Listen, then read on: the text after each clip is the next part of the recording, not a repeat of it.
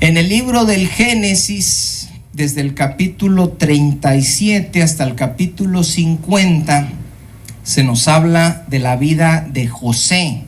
¿Cuál José? Dice alguno, ¿el esposo de María? No. De José, uno de los 12 hijos varones de Jacob, hijo de Isaac, hijo de Abraham. A José se le conoce, como dice nuestro hermano, como José el soñador. La vida de José se nos narra desde que él tenía 17 años, ahí en el capítulo 37. Dice el verso 2 que José informaba a su padre sobre la mala conducta de sus hermanos. Y eso obviamente pues no hacía a José muy popular, ¿verdad? Que estuviera diciéndole a su padre lo que sus hermanos estaban haciendo mal. Y en el verso 3 dice que Jacob lo amaba más que a todos sus hermanos porque lo había tenido en su vejez. Y dice que le había hecho una túnica de diversos colores. Y esta túnica de colores, hermano, nos habla de que no eran ropas de trabajo las que traía José, sino que de alguna manera su padre lo había enaltecido sobre sus hermanos como un príncipe entre sus hermanos.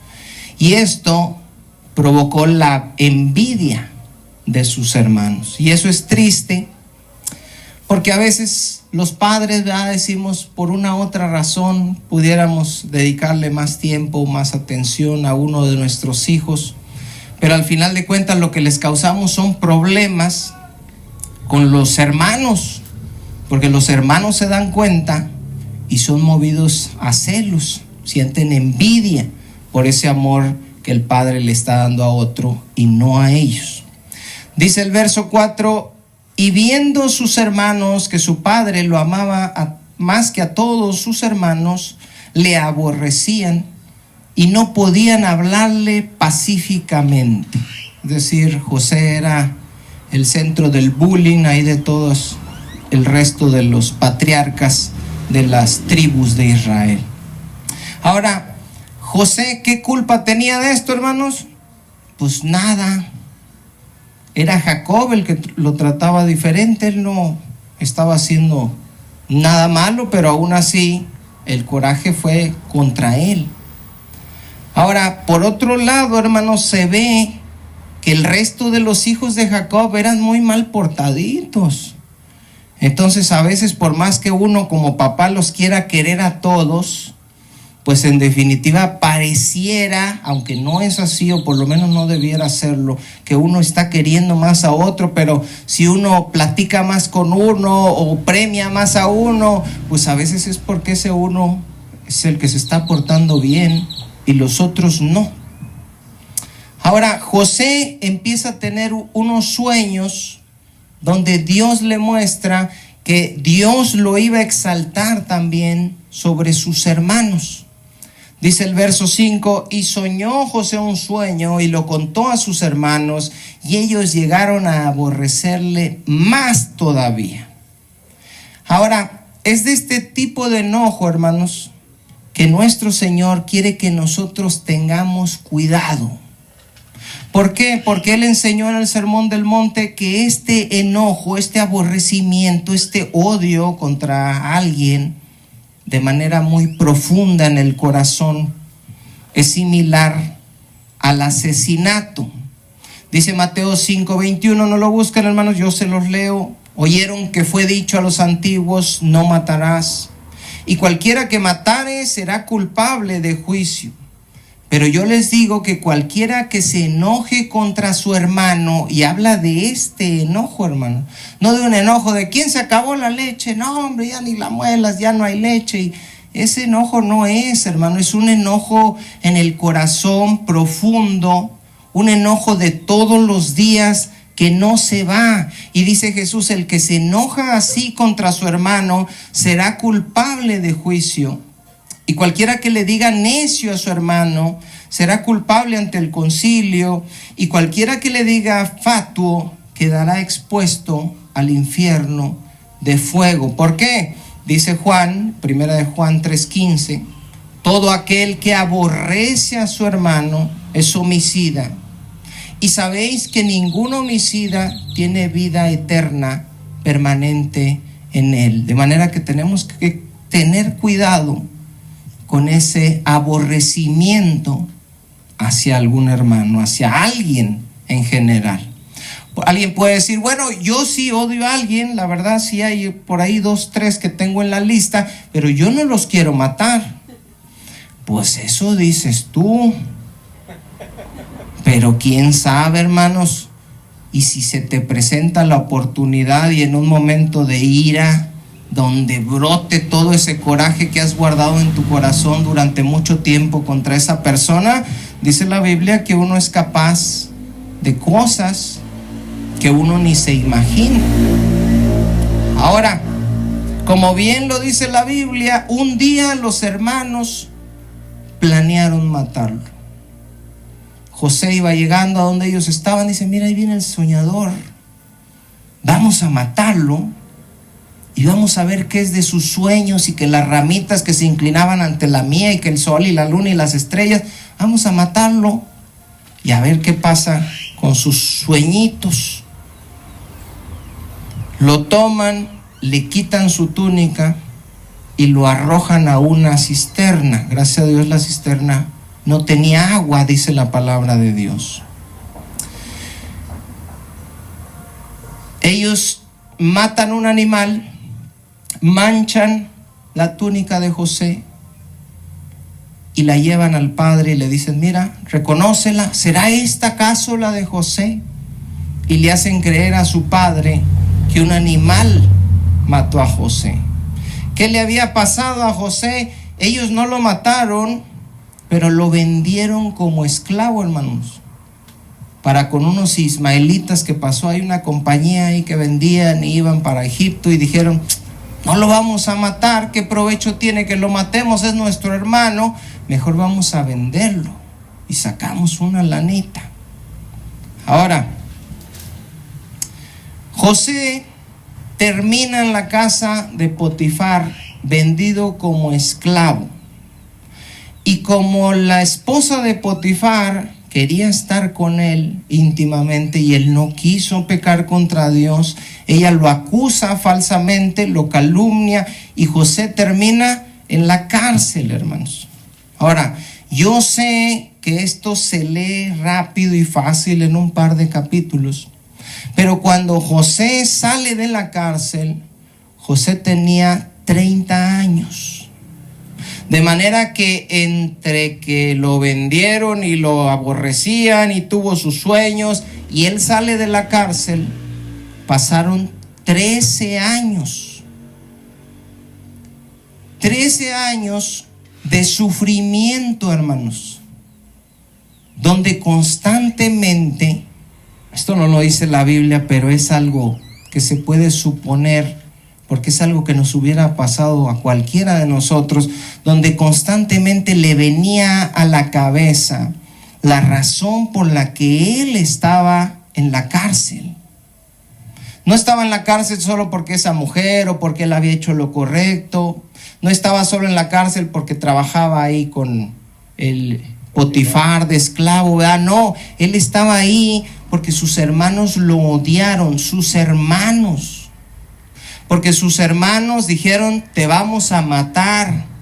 Porque sus hermanos lo vendieron como esclavo, hermanos. Yo sé que estamos acostumbrados a escuchar la historia, pero si nos ponemos a pensar que nuestros hermanos nos odian así, que planeen matarnos y que nos vendan como esclavos y que terminemos en la cárcel, pues sería bastante complicado.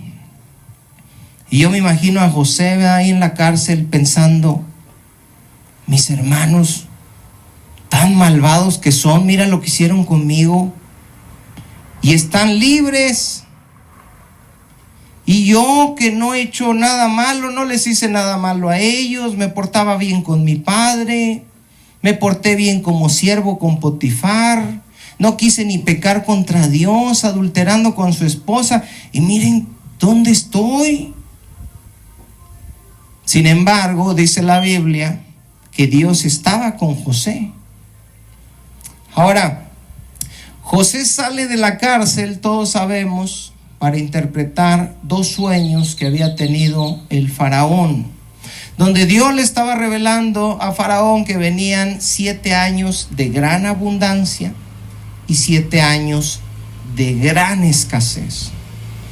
Faraón se queda sorprendido con la interpretación del sueño, con la sabiduría que Dios le dio a José, y dice: te vamos a poner a ti como el encargado para que tú reúnas el grano, para que tú administres durante los 7 años de abundancia. Es más, le dice Faraón: no va a haber otro sobre ti en Egipto más que yo. Todos los que estén en Egipto de funcionarios van a estar debajo de ti. Pero lo que llegó ese día, hermanos, que es lo que todos nos gusta, mira, ya está ahí con joyas y vestiduras nuevas y ya como el segundo del faraón. Pero para llegar ahí, José había sufrido mucho, hermanos. Mucho sufrió José. Fíjense en Génesis 42, 41, Génesis 41, verso 51.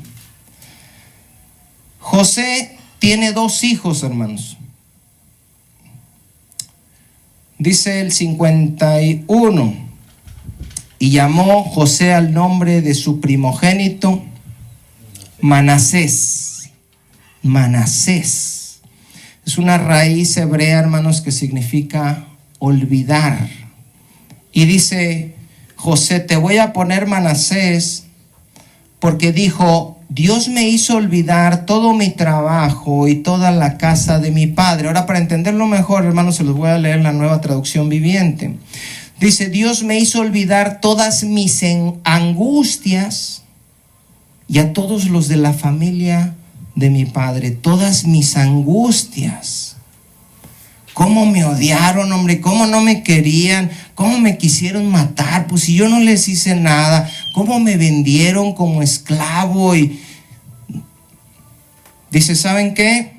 Dios me hizo olvidar ya todo eso. Estoy como el segundo de Faraón. Ya tengo a mi esposa, tengo a mis hijos. Dios me hizo olvidar. Y dice el 52: y llamó el nombre del segundo Efraín, porque dijo: Dios me hizo fructificar en la tierra de mi, ¿qué dice, hermanos? En la tierra de mi aflicción. Y uno dice: caray, ¿no sufrió nada más allá cuando no lo querían? No, sufrió allá cuando no lo querían, estando en Canaán, y luego sufrió en Egipto, hermanos, esclavizado, calumniado y encarcelado. Pero aún así, dice José: mira, Dios me hizo ya fructificar y Dios ya me hizo olvidar. Aparentemente José ya había superado todo lo que le había pasado, siempre y cuando estuviera lejos de ellos. Y a veces así nos puede pasar a nosotros, hermanos. Alguna persona que nos hizo algún mal, ¿verdad? Y decimos: yo ya lo perdoné. Pero cuando estás enfrente de él, es otra cosa. Cuando las personas van a un careo, en un juicio, y se encuentran frente a frente con el que era su esposo, o con el que fue su secuestrador, o alguna situación sumamente difícil, las personas se ponen nerviosas, y las personas, porque al estarlo viendo ahí enfrente y al acercarse a él, vuelve todo eso, hermano. Se alborota la carne, los sentimientos. Y había llegado el momento de que José demostrara que había superado ya todo. No nada más de lejos, sino también de cerca. En el capítulo 42, hermanos, 20 años después, ojo con esto, tenía 17, ahora tiene 37, ya pasaron los primeros 7 años de abundancia en Egipto, empieza la escasez. Jacob le dice a sus hermanos en Canaán: oye, yo oí que en Egipto hay comida. Van los hermanos a Egipto y se encuentran de frente 20 años después con José, con el que aborrecieron, con el que no le podían hablar pacíficamente, con el que quisieron matar, con el que vendieron como esclavo y engañaron a su padre diciendo que lo había matado un animal. Se topan con él. Ellos no lo reconocían a él por las vestiduras, por la posición de autoridad en que Dios lo había puesto, pero él sí los reconoció a ellos. Y no fue nada fácil, hermanos. Dice la Biblia que José, no pudiendo más, se apartaba de ellos y lloraba. Estaba con ellos y decía: ¿ustedes quiénes son? Son espías, yo creo. No, sí, Y luego decían ellos: ya ves, nos pasó esto. Acuérdense cómo estaba angustiado nuestro hermano y clamaba. Y él empezaba a acordarse, hermanos, 20 años. Y alguien puede decir: ¿cómo te vas a acordar de...? Los que les hicieron algo saben que pasaron 10, 15, 20 y como si fuera ahorita. Y José estaba luchando, hermanos, con su carne para no aborrecerlos, para no vengarse de ellos, para no pagarles mal por mal. José podía pensar: mira cómo la vida da vueltas, ¿verdad? El destino acomodó todo para la venganza perfecta. José pudo decirle a sus hermanos: vaya, miren quién vino a arrastrarse delante de mí. Y oiga usted que yo soy José. ¿Se acuerdan lo que me hicieron? ¿Se acuerdan que me querían matar? Pues ahora se van a morir de hambre. Tenía la posibilidad para hacerlo, hermanos. Y podía pensar tonta e ignorantemente que Dios le había puesto todo en charola de plata para su venganza. Pero Dios no estaba poniendo eso para que él se vengara. Porque el Señor dice: la venganza es mía, dice el Señor.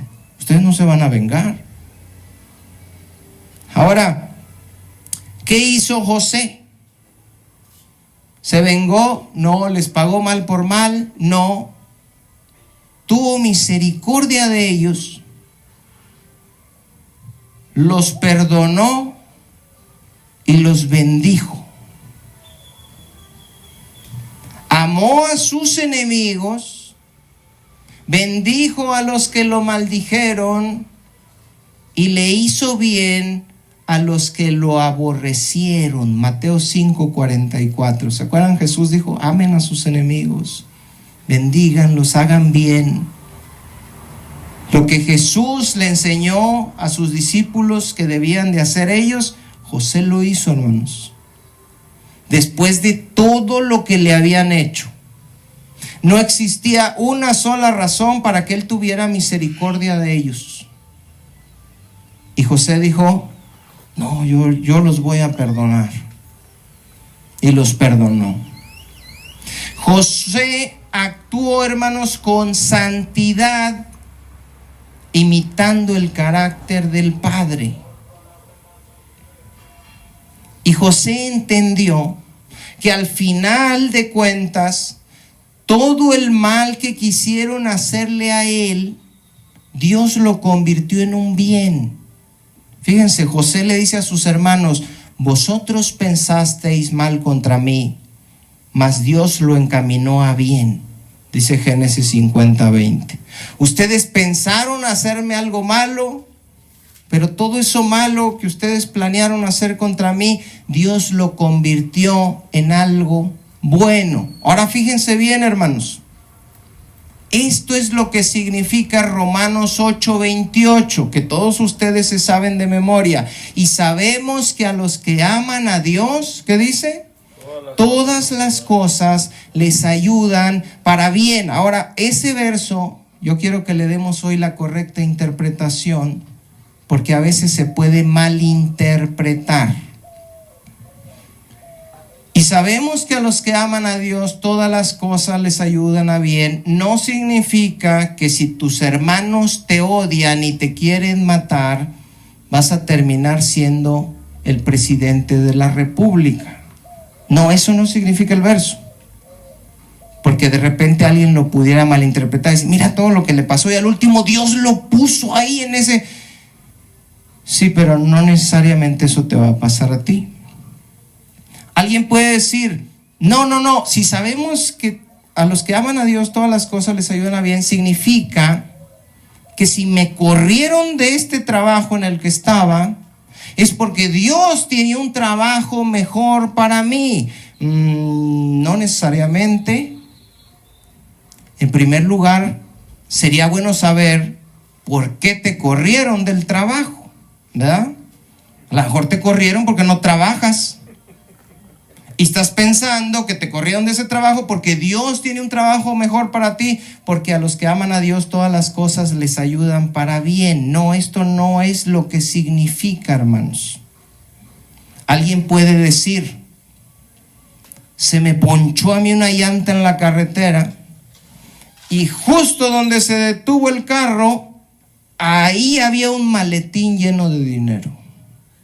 Porque a los que amamos a Dios todas las cosas, entonces ponchó, sí, pero ahí estaba el dinero.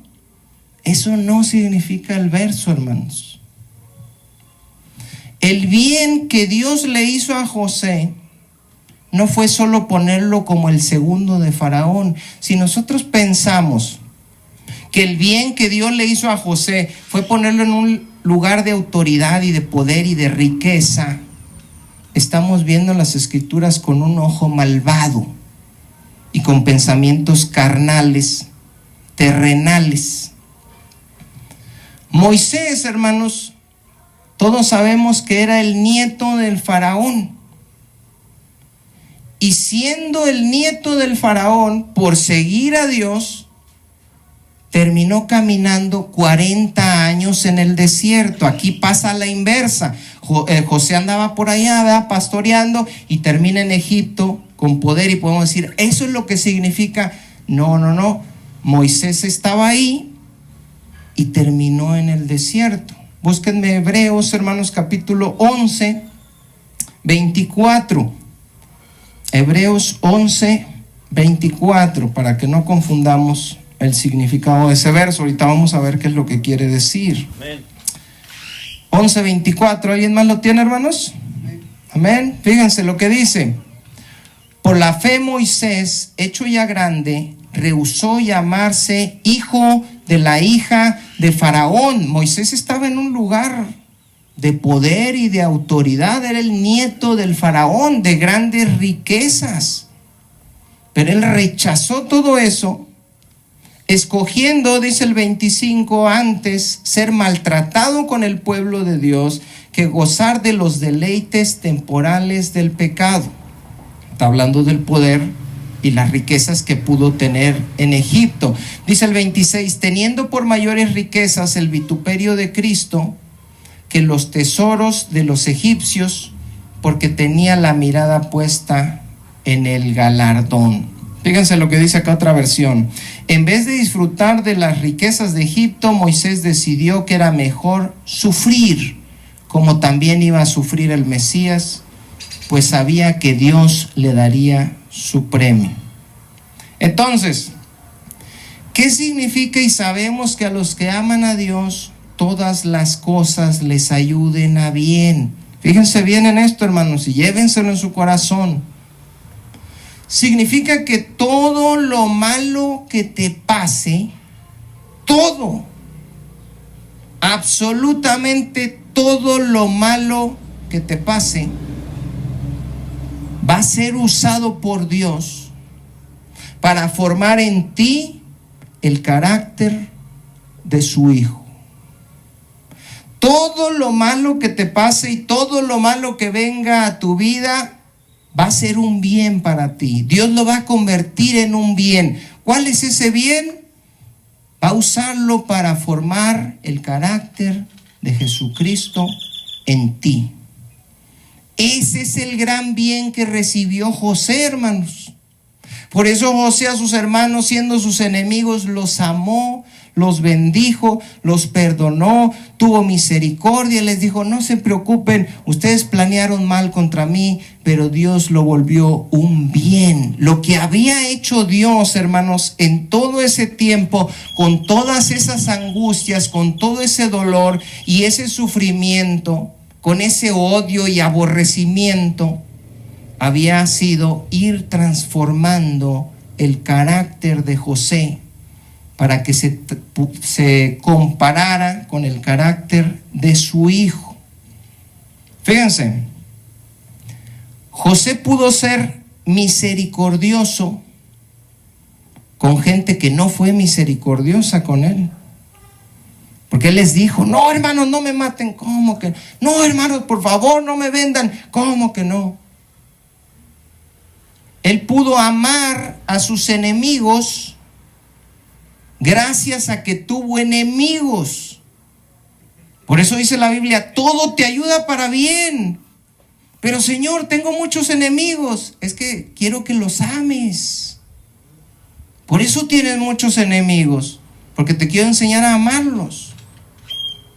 José pudo bendecir a los que lo maldijeron gracias a que hubo gente que lo maldijo. ¿Estamos entendiendo, hermanos?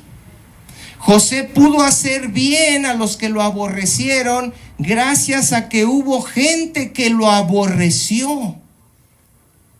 Si no hubiera gente que le aborreció, que le hizo mal, enemigos, ¿cómo se forma el carácter de Cristo? No se puede, hermanos. Por eso yo les decía a unos hermanos el domingo, lo que nos pasó allá cuando estuvimos allá, qué feo, qué fuerte, que me atacaron, que me dijeron, que me hicieron. Dios lo usó para ir formando en mí el carácter de Cristo, hermanos. Entonces, al final de cuentas, el mal que ellos quisieron hacerme, Dios lo hizo un bien, porque sabemos que a los que aman a Dios, todas las cosas nos ayudan para bien. Todas las cosas nos van a ayudar para bien. Eso es, pero poderosísimo, hermanos. Todos los que te quieran hacer daño, te van a terminar haciendo un bien. Todo el mal que alguien quiera hacerte, y por más malo que se ponga y se empecine y te corretee y te eche de su congregación y todo, Dios lo va a convertir en un bien, hermanos. Imagínense qué poderoso y glorioso es nuestro Señor, porque Él nos va a ir santificando, ahora que ya entendimos lo que quiere decir la santidad, para que nos parezcamos más a Él. Miren, busquen Romanos 8:28, hermanos. Vamos a leerlo completo, porque ni siquiera se acaba ahí el verso. Romanos 8:28. Amén. Y van a ver qué precioso está esto, hermanos. ¿Alguien más me da un amén por ahí? Otro amén. Romanos 8:28. Fíjense bien, lo vamos a leer despacito para entenderlo bien. Y sabemos que a los que aman a Dios, todas las cosas les ayudan a bien. Esto es, a los que conforme a su propósito son llamados. Esto que les estoy diciendo ahorita, hermanos, de que si tienes enemigos, si tienes gente que te aborrezca, si tienes gente, al final todo lo va a convertir Dios en un bien, no es para todos. Es para los que Él llamó. Y Él tiene un propósito para los que Él llamó. Normalmente en el mundo, aquellos que tienen enemigos, aquellos a quienes les hacen mal, aquellos a quienes les va como en feria, como decimos en la vida, lo único que van a tener como resultado es que se van a amargar, se van a volver gruñones, se van a vengar de todos y van a ser personas sumamente amargadas. Las cosas malas convertidas en buenas son únicamente para aquellos que Él llamó. Dice, esto es a los que conforme a su propósito son, ¿qué? Llamados. Él te llamó. Él tiene un propósito. ¿A cuántos Dios los llamó, hermanos? Amén. Bueno, Dios tiene un propósito para ti. Y a veces la gente, yo he escuchado que dicen, yo quisiera saber cuál es el propósito de Dios para mi vida. Y yo digo, pues aquí dice, ¿no sabes cuál es el propósito de Dios para tu vida? No, yo creo que quiere que yo sea famoso o quiere que yo sea... No. Les voy a decir ahorita el propósito de Dios para sus vidas, hermanos. A los que conforme a su propósito son llamados. 29. Porque a los que antes conoció, está hablando de la predestinación y de cómo Dios te escogió, no porque te vio en esta vida y vio tus buenas obras, sino según su presciencia, hermano, su conocimiento anticipado de todas las cosas. Antes de crear el mundo, ya había un libro con tu nombre, porque Él ya te conocía. Y dice la Biblia, porque a los que antes conoció, también los predestinó. ¿Ven? Nos conoció desde antes de la fundación del mundo, Él ya te conocía. Tú no habías ni nacido y Él te predestinó. Él sabía que tú ibas a creer en el Evangelio. Él sabía que tú ibas a ser salvo y te llamó con un propósito. A los que antes conoció, también los predestinó para que fuesen hechos, ¿qué dice? Conformes a la imagen de su Hijo. Conformes a la imagen de su Hijo. Dios te conoció antes de la fundación del mundo y te predestinó para llamarte, te escogió para que fueras salvo, con el propósito de que tú fueras hecho a la imagen de su Hijo. Eso es lo que significa santidad. Y si tú no eres hecho a la imagen de su Hijo, tú no eres de los de su propósito, tú no eres predestinado. Él no te conoce a ti, Él va a decir, yo nunca te conocí. Porque sin santidad nadie verá al Señor. Únicamente aquellos en quienes está desarrollando la etapa de la santificación progresiva, que es que nuestro carácter cada vez se parezca más al carácter de Dios. Ahora alguien dice, pero ahí dice de su Hijo, porque su Hijo es Dios. Conformes a la imagen de su Hijo, para que Él, o sea Jesús, sea el primogénito entre muchos hermanos. Ahora, esto no significa de que todos vamos a andar como Jesús y somos clones. No, cada quien va a tener su personalidad. Pero que seas misericordioso, que ames a tus enemigos, que bendigas y no maldigas, que perdones, que sirvas. Miren, fíjense bien, y esto está tremendo, hermanos. Dígale a su carne, despierta por favor. ¿Se acuerdan que cuando Dios creó al hombre, dice que lo creó a su imagen y semejanza? Bueno, cuando Pablo escribe el verso 29 de Romanos 8:28, Pablo está pensando, cuando escribe imagen de su Hijo, está pensando en Génesis. Y ahorita se los voy a demostrar. Búsquenme Génesis 1:26. Fíjense bien, esto está, pero bueno, hermanos. Génesis 1:26. Dice, entonces dijo Dios, hagamos al hombre a nuestra, ¿qué? A nuestra imagen, conforme a nuestra semejanza, y señoree en los peces del mar, en las aves de los cielos, en las bestias, en toda la tierra y en todo animal que se arrastra sobre la tierra. Y creó Dios al hombre a su imagen. A imagen de Dios los creó, varón y hembra los creó. Dice imagen, imagen, imagen. Por eso cuando Pablo escribe en Romanos 8:29, que conocía de memoria las escrituras, él está pensando en esto. ¿Qué significa, hermanos, que Dios nos creó a su imagen? Es una pregunta que yo he escuchado. Una vez me la hizo el doctor Sagún y me dijo, ¿qué es que Dios nos hizo a su imagen? ¿Quiere decir que Dios tiene un cuerpo humano como el de nosotros? No, porque dice la palabra que Dios es espíritu.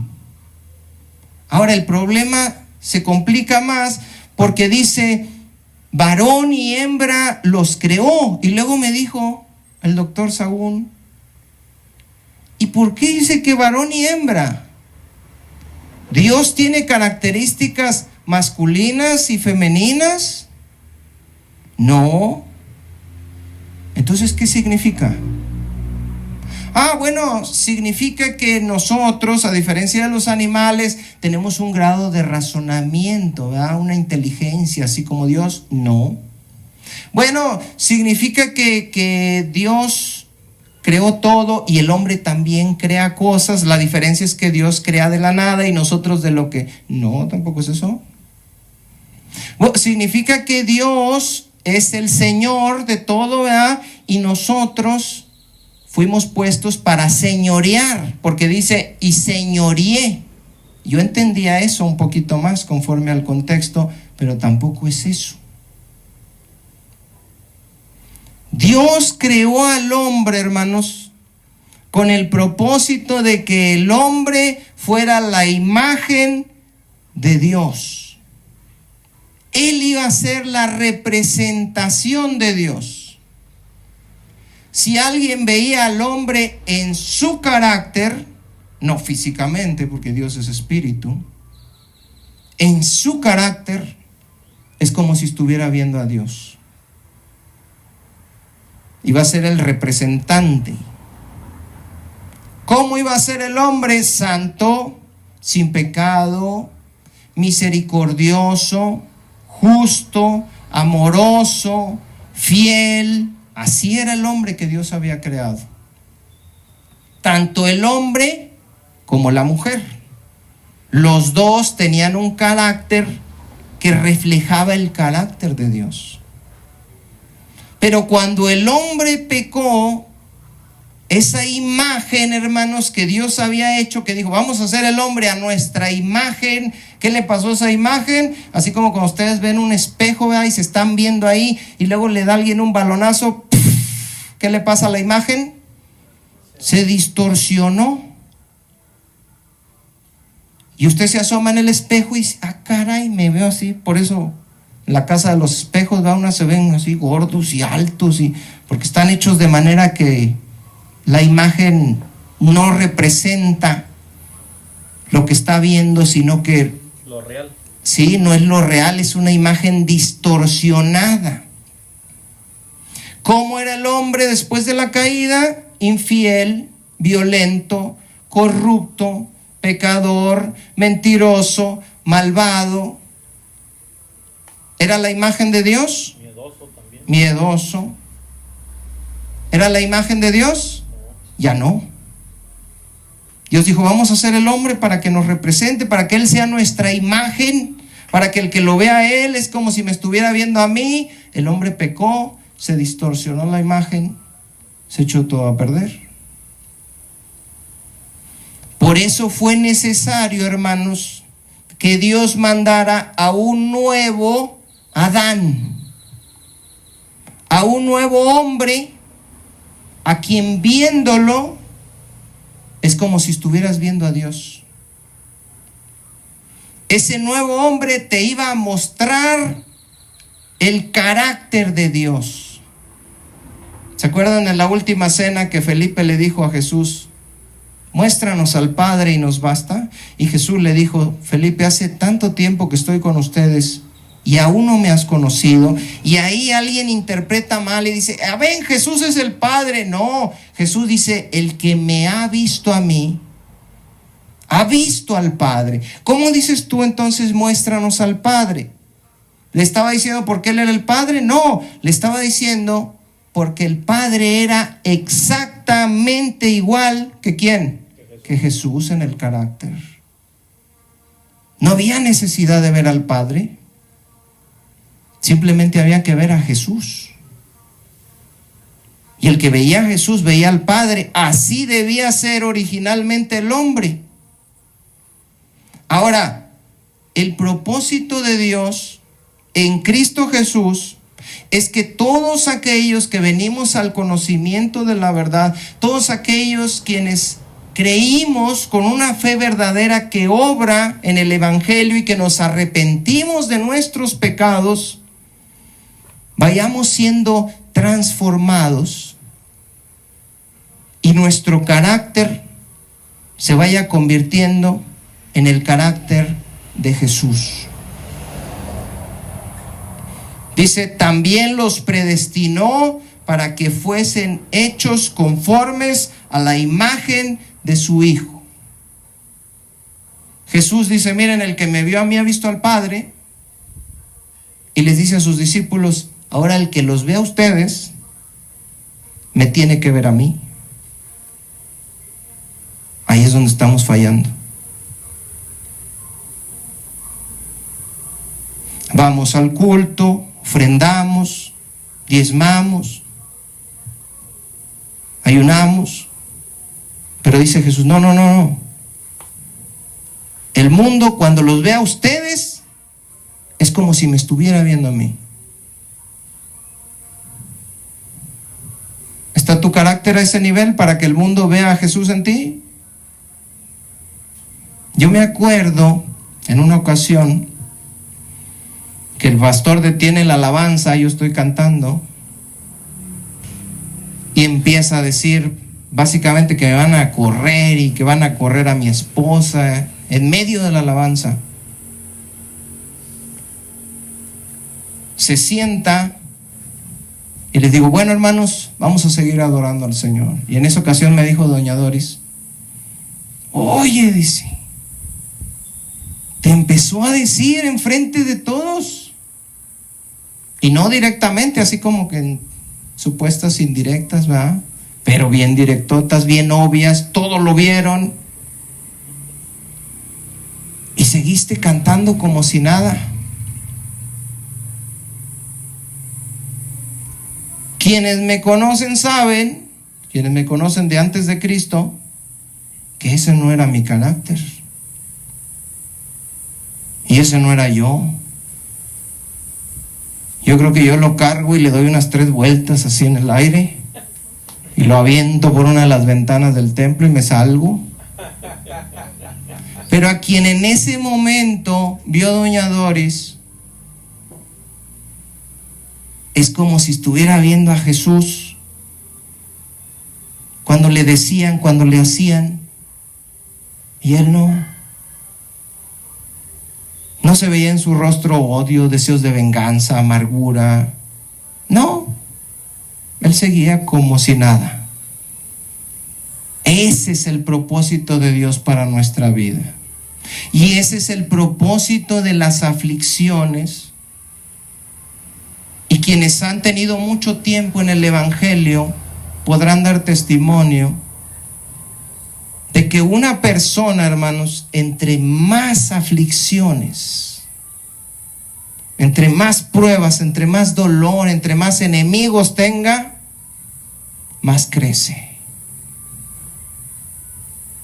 Más santo se vuelve, más sabio, porque Dios usa todas esas cosas malas para su bien y las convierte en un bien, transformando su carácter en el carácter de Jesucristo. ¿Para qué? Para que nosotros representemos el carácter de Dios en la tierra. Entre más nos parezcamos a Jesús, más nos vamos a estar pareciendo al Padre. Porque Jesús dijo, el que me ha visto a mí, ha visto al Padre. Entonces parezcanse a Jesús, para que se cumpla el propósito de Dios en ustedes.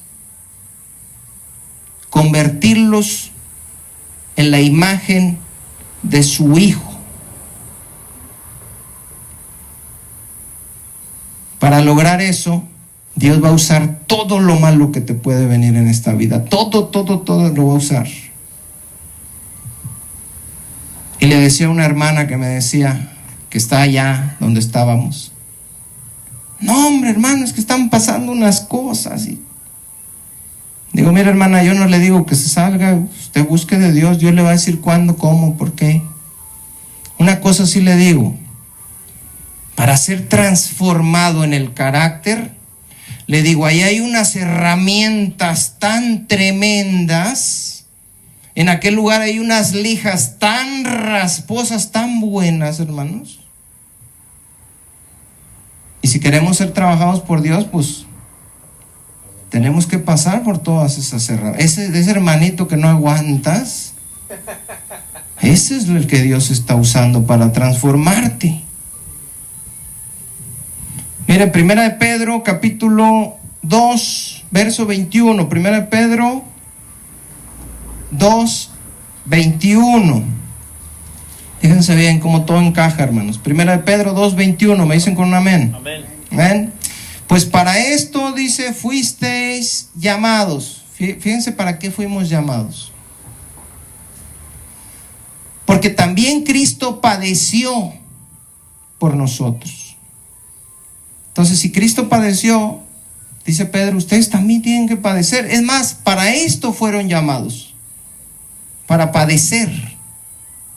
Porque esos padecimientos van a ir transformando su carácter. Dice, dejándonos ejemplo para que sigan sus pisadas. ¿Qué es seguir sus pisadas?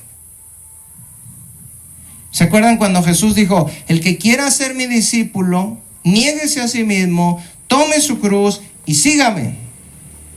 Y creemos que el sígame es, a ver, Señor, pues ¿por dónde vas? No, pues acá yo voy para Jericó, pues vamos para Jericó. ¿Y ahora para dónde vas, Señor? No, yo voy a dar la vuelta para acá, sígueme. No. Cuando Él dice sígame, Primera de Juan, capítulo 2, versículo 6, dice, el que dice que permanece en Él debe andar como Él anduvo. ¿Cómo anduvo Él? Haciendo bien, siendo misericordioso, amando a sus enemigos, perdonando. Y luego dice Pedro, por eso no les dije que se movieran de ahí, hermanos.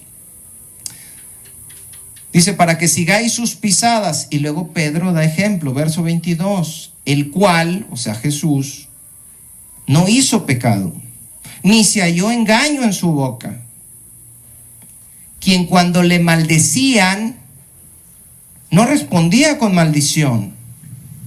Cuando padecía, no amenazaba, sino encomendaba la causa al que juzga justamente. Entonces, si tú amenazas, si tú maldices, si tú cobras venganza, si tú... no estás siguiendo sus pisadas. No estás padeciendo. No, es que a mí nadie me va a andar. Pues es que no estás dejando que las cosas malas que Dios iba a usar para tu bien, lo estás rechazando. Pedro está diciendo, ustedes deben de ser como Él. Hay una canción de Marcos Vidal que se llama Cristianos. Y en una parte de la canción en el coro dice, si no reflejamos a Jesús, perdemos nuestra meta. Y eso es, hermanos. Si no reflejas a Jesús, vas para otro lado. Pues yo estoy viviendo en la vida cristiana desde hace 5, 10, 15 veces. ¿Reflejas a Jesús? No. Entonces te engañaron, andas para otro camino. Pero ayuno y oro y diezmo y no me pinto el pelo y traigo falda larga y no me pongo aretes ni maquillaje ni... No, hombre, hermano. Si no reflejas a Jesús, pierdes la meta, vas para otro lado. Te engañaron. Búsquenme 2 de Corintios, capítulo 3, verso 18. Ya vamos a terminar, hermanos. 2 de Corintios 3, 18. Ustedes me dicen, hermanos. 2 de Corintios 3, 18. Mandamos un saludote a quienes nos escuchen a través del internet. A Luisa, allá hasta Hidalgo, le mandamos un saludo. Dice, por tanto, nosotros todos, mirando a cara descubierta como en un espejo la gloria del Señor. ¿Quién es el Señor, hermanos? Jesús. Dice que nosotros lo miramos a cara descubierta, y se está refiriendo a cuando Moisés cubría su rostro con un velo. No, dice, nosotros no está cubierto nuestro rostro ni el rostro de nuestro Señor. Nosotros lo podemos ver a cara descubierta. ¿Cómo lo vemos, hermanos, a Jesús? En la palabra. Ahí ustedes lo ven como es. Y dice Pablo, por tanto, nosotros todos, mirando a cara descubierta como en un espejo la gloria del Señor, somos, ¿qué dice, hermanos? Transformados, santificación progresiva. Somos transformados. ¿Estás siendo transformado? Si no estás siendo transformado, no has pasado por la progresiva, por la posicional, no tienes fe, arrepiéntete.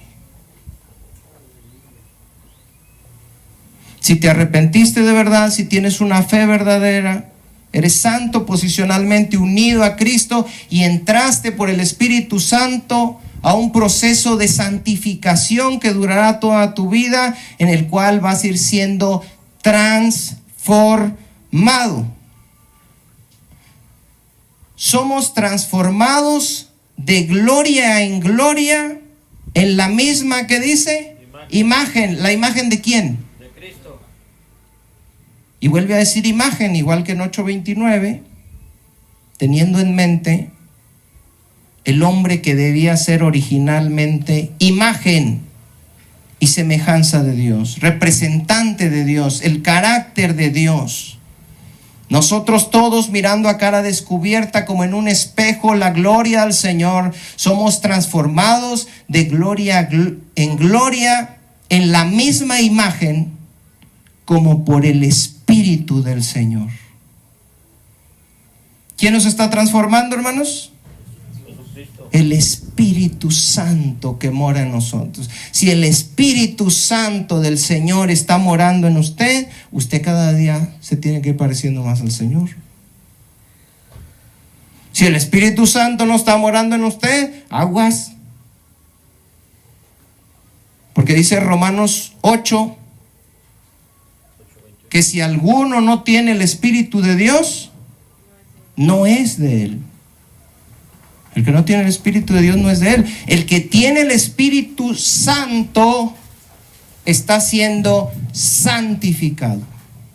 Y el que está siendo santificado está siendo transformado. Al estar leyendo constantemente la palabra y viendo cómo es Jesús, su carácter está siendo transformado al carácter de Jesús, de gloria en gloria, como por el Espíritu Santo, como por el Espíritu del Señor. Eso es lo que Pedro dijo: sed santos en toda vuestra manera de vivir. ¿Qué tiene que ver con esto? Pantalones, aretes, maquillaje, lo que comes o no comes, si ves la tele o no la ves, si vas al cine o no vas al cine. Una persona puede ayunar, orar, leer la Biblia e ir al culto todos los días, no nomás los días de reunión, que vaya todos los días hasta cuando no hay nadie, y aún así no parecerse absolutamente nada a Jesús. Diezmas, ayunas, oras, eres el que nunca falta, ministras. ¿Te pareces a Jesús en tu carácter? Si no se parece, pues entonces. Y uno puede pensar inmediatamente en la congregación a donde asiste, a ver quién sí es como Jesús, quién sí es humilde, quién sí sirve, quién sí está dispuesto, quién sí perdona, quién sí ama. Y luego también empiezas a ver quién es el que siempre está echando pleito, quién es el que tiene cara de limón, quién es el que... Y ahí está trigo y la cizaña, ahí está.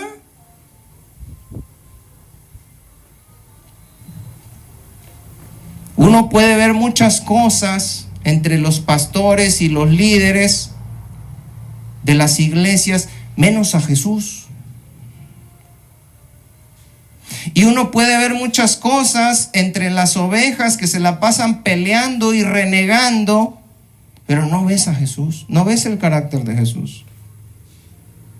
Ves, como dijo Santiago, ira, celos, pleitos, envidias, contiendas. ¿Eso es lo que ves? Ese no es Jesús.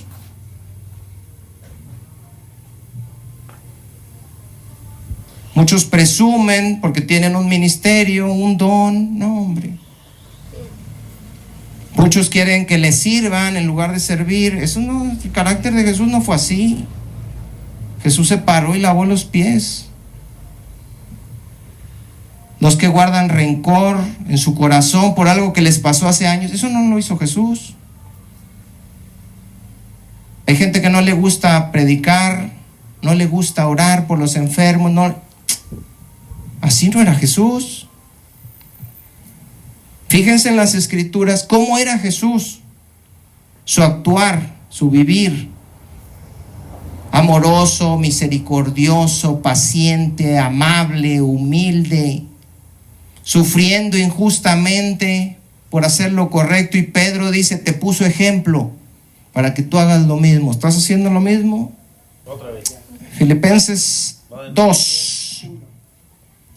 Por tanto, si hay alguna consolación en Cristo, si algún consuelo de amor, si alguna comunión del Espíritu, si algún afecto entrañable, si alguna misericordia, completad mi gozo sintiendo lo mismo, teniendo el mismo amor, unánimes, sintiendo una misma cosa. Nada hagan por contienda o por vanagloria, antes con humildad. Estimen cada uno a los demás como superiores a él mismo. No miren cada uno por lo suyo propio, sino cada cual también por los otros. Allá pues, ¿qué dice? En vosotros este sentir que hubo también en Cristo Jesús. Esa es la voluntad de Dios, hermanos. Jesús era contencioso, era peleonero, era vanaglorioso, no, dice ustedes no, ámense, únanse, vivan como si fueran uno mismo, compartiendo todo, como dice la palabra, ¿verdad? No, peleándose y todo. No, dice, deben de ser como Jesús, el cual, siendo en forma de Dios, no estimó el ser igual a Dios como a cosa a que aferrarse, sino que se despojó a sí mismo. Despójate ya, hermano, de esa soberbia. Despójate de esa altivez. Despójate de esa vanagloria, de ese egoísmo. Así como Jesús se despojó a sí mismo, tomando forma de siervo, hecho semejante a los hombres, y en la condición de hombre se humilló a sí mismo, haciéndose obediente hasta la muerte, y muerte de cruz. Por lo cual Dios también le exaltó hasta lo sumo y le dio un nombre que es sobre todo nombre, para que en el nombre de Jesús se doble toda rodilla de los que están en los cielos y en la tierra y debajo de la tierra, y toda lengua confiese que Jesucristo es el Señor, para gloria de Dios Padre.